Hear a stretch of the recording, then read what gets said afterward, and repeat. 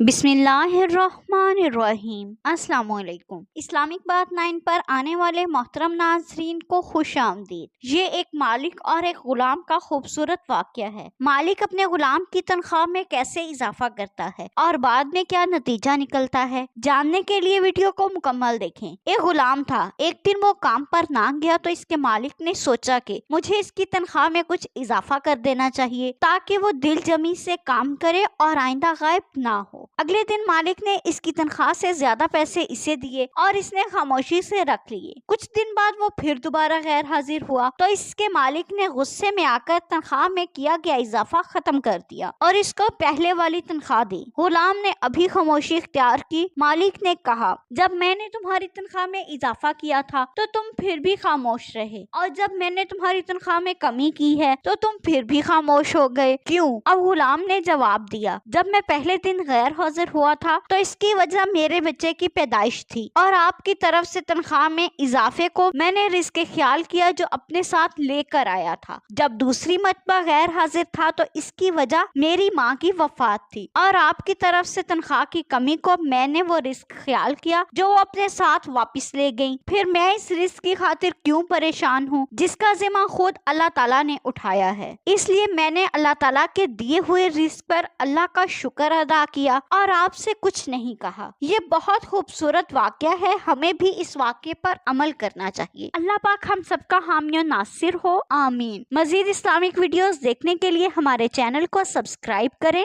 شکریہ۔